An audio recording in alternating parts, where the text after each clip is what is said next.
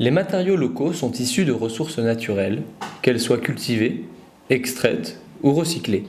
La paille, le chanvre, le bois appartiennent aux filières biosourcées. La terre, la pierre, le plâtre et la chaux appartiennent aux filières géosourcées. Les mortiers, les textiles réintègrent les circuits d'économie circulaire. La réduction des trajets limite les dépenses énergétiques qui sont comptabilisées dans l'énergie grise des matériaux. Qu'est-ce que l'éco-construction aujourd'hui ? Il faut considérer que l'éco-construction, c'est une démarche de construction qui permet de respecter l'environnement, c'est-à-dire avoir une performance en termes d'énergie grise, d'utiliser les énergies renouvelables, et notamment en recourant au principe de la construction bioclimatique. Faire de l'éco-construction, c'est aussi faire de l'habitat sain, c'est-à-dire en utilisant des matériaux qui vont être respectueux de la santé des occupants et des artisans qui mettent en œuvre ces matériaux. Respecter l'environnement, c'est bien sûr être performant sur le plan de la consommation d'énergie du bâtiment, être performant en termes d'énergie grise, c'est-à-dire l'énergie qui va être nécessaire à la fabrication des matériaux, inclure les transports, d'où l'utilisation, le recours à des circuits courts économiques de valorisation des matériaux. L'éco-construction, c'est aussi une démarche qui valorise l'économie locale. C'est-à-dire qu'on va recourir à des entreprises qui sont présentes sur le territoire et qui ont des savoir-faire spécifiques au développement de cette filière. Alors, le film que vous allez voir, en fait, explicite la manière dont se structurent les différentes étapes de valorisation des ressources des territoires, et notamment des ressources naturelles. Vous allez donc voir plusieurs étapes de cette filière, de la production jusqu'à la réalisation, c'est-à-dire du champ au chantier, comment on produit des écomatériaux, comment la ressource est transformée, notamment en termes de transformation pour une production d'isolants naturels, comment cette ressource est distribuée et quels sont les avantages de ces écomatériaux sur un plan économique du point de vue du distributeur, comment l'éco-construction est conçue du point de vue de l'architecte, et ensuite comment elle est vécue du point de vue de l'artisan.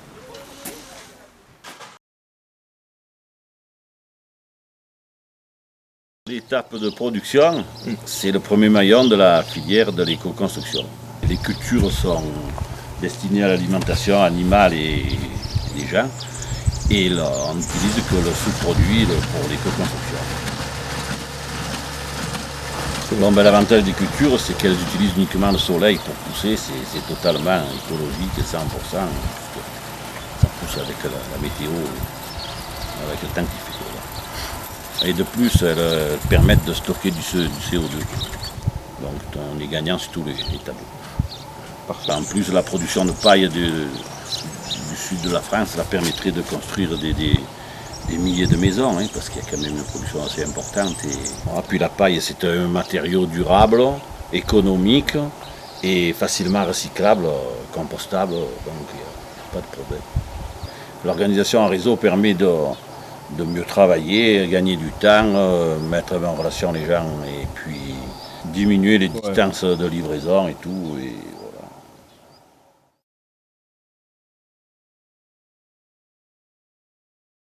Bon, voici donc mon produit fini. Donc pour arriver à cette petite plaque du coup mélangée de chanvre et de polyester, c'est donc 90% de chanvre pour 10% de polyester.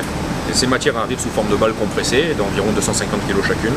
Première étape de transformation qui consiste à ouvrir les balles, les aérer, leur donner un aspect laineux du coup pour qu'elles soient plus concentrées. Donc ça, ce sont des grosses machines qui vont venir gratter la matière. Et par un réseau d'aspiration, tout sera envoyé dans un casier de mélange. Du coup, pour bien battre les fibres entre elles, que le mélange soit homogène.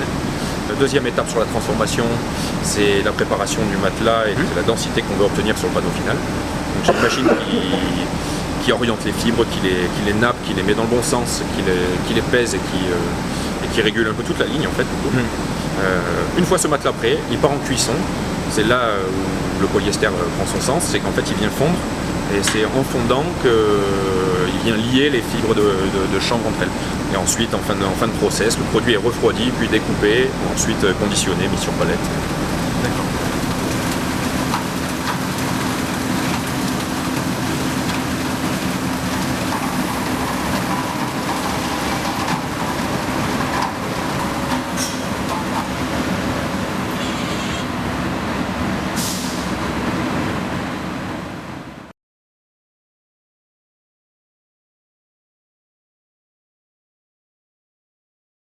Alors le rôle du négoce, évidemment, est de pouvoir mettre à disposition l'ensemble des produits nécessaires à un projet d'éco-construction.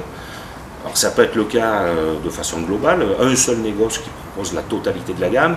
Plus souvent, c'est le cas de façon fractionnée, parcellaire, avec des négoces spécialisés dans la toiture, des négoces spécialisés dans l'enveloppe du bâtiment.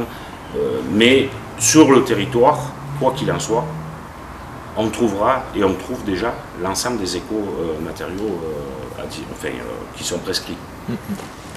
Dans le négoce, alors évidemment c'est un rôle de formation qui est très orienté. On est plutôt orienté sur la formation d'un type de produit, d'une marque, d'une filière. On n'a pas de rôle de formation générale sur les écomatériaux. Mais bien sûr qu'on participe à notre niveau aussi à l'information et à la formation des artisans.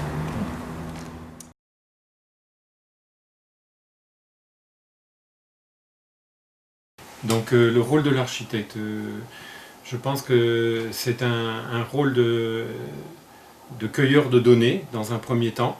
Les données des futurs habitants, donc qu'est-ce qu'ils ont envie de vivre, dans quelle ambiance ils sont, quelles sont leurs références à tout point de vue, leurs rêves. Donc ça c'est très important de comprendre l'atmosphère dans laquelle chacun est dans sa tête avec ses rêves, et donc il faut un peu déconnecter tout ça, déprogrammer. Un point important, le deuxième point, c'est toutes les données qui sont propres au terrain. Donc pourquoi ils ont choisi ce terrain-là. Il y a des coups de cœur qui sont parfois irrationnels mais parfois rationnels, et éventuellement aussi d'attirer l'attention sur tout ce qui est inconnu, c'est-à-dire par exemple les qualités du sol. Voilà, donc il y a des données connues, des non connues qu'on va découvrir évidemment une fois que les personnes auront acquis le terrain. La troisième part, c'est ce qui va faire le lien entre les deux, c'est le budget.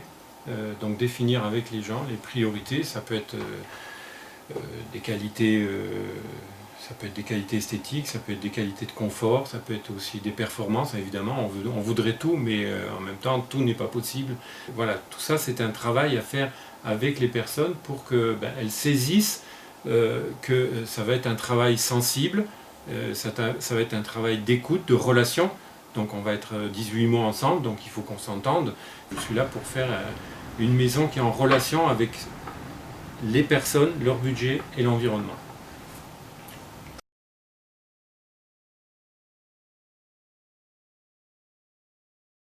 Nous, on est très demandeurs d'être à l'amont du projet, être à l'amont, à la phase conception, avec l'architecte, c'est un architecte, ou avec le maître d'ouvrage. Nous, on fait appel à un bureau d'études pour tout ce qui est dimensionnement, etc., vérification de ce qu'on peut concevoir ou aider à concevoir. Et du coup, ça évite pas mal d'erreurs de conception, d'erreurs techniques, soit de choses irréalisables, puisque ça arrive quand même de temps en temps. Modifier quelques trucs sur le plan architectural qui vont réduire énormément le coût. On le voit en travaux neufs, en construction paille par exemple, c'est quelque chose qu'on cherche tous à faire. C'est dire aux clients, votre baie vous l'avez prévu là, si on la décale de 10 cm, c'est beaucoup plus simple à faire, donc vous allez faire des économies. Voilà. Et pour la rénovation, c'est exactement pareil, c'est se retrouver dans des configurations qui sont plus faciles à réaliser. Et puis ensuite, travailler avec les autres corps d'État pour avoir justement à la phase réalisation pas d'interférence et une bonne continuité, que ça soit fluide, et du coup le boulot est mieux fait et les gens sont plus contents, quoi.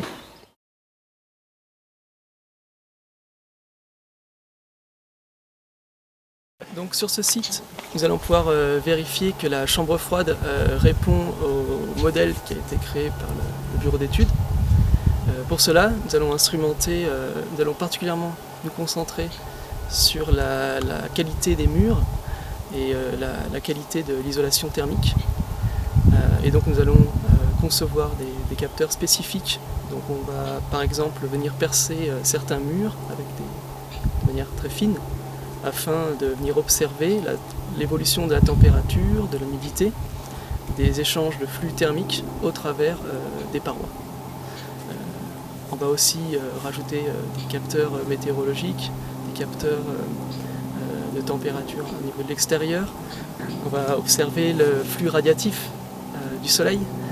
Et c'est cette base d'informations qu'on va pouvoir après venir mettre en corrélation avec le modèle qui a été fait lors de la conception et venir vérifier que le modèle s'adapte bien à ce style d'éco-construction. Un dernier aspect aussi de l'évolution qu'on observe aujourd'hui dans l'instrumentation, c'est l'habilité à cette instrumentation à pouvoir se connecter à Internet et à pouvoir aussi donner un retour à l'utilisateur très rapide et extrêmement facile à venir configurer ou modifier. Et cela permet au bureau d'études de réajuster son modèle ou alors de valider son modèle le cas échéant. Donc cette étape de retour d'expérience et d'instrumentation est tout à fait déterminante pour aider au développement de la filière. Donc en termes de méthode, hormis la coopération entre les acteurs sur un territoire, il n'y a pas vraiment de salut. Donc il est nécessaire aujourd'hui d'organiser la coopération entre les acteurs économiques sur des territoires, que ce soit des associations, que ce soit des entreprises du secteur marchand, que ce soit des collectivités qui sont parfois maîtres d'ouvrage et qui demandent un certain nombre d'exigences sur la qualité environnementale des bâtiments. Donc tout ceci passe par la coopération économique territoriale. C'est ce qui se développe notamment à travers les pôles territoriaux de coopération économique que l'État a mis en place en termes de politique à partir de 2013 et des structures, des programmes européens tels que le programme LEADER, notamment sur celui du pays sud qui a permis la réalisation de ce film, contribuent au développement des circuits courts économiques sur les territoires. Vous voyez également qu'à travers ce film, la coopération n'est pas circonscrite à un territoire de type pays, mais par contre qu'elle interpelle des coopérations entre territoires pour faire en sorte que ces circuits courts économiques trouvent un véritable ancrage dans les territoires, dans le vécu des habitants de ce territoire. Un peu à l'instar des circuits courts alimentaires, les circuits courts de matériaux sont en train de s'organiser. Il y a plus d'acteurs, il y a un peu plus de difficultés sur le plan réglementaire, sur le plan de la commande publique, mais par la coopération économique territoriale, ces circuits courts économiques de matériaux sont tout à fait envisageables.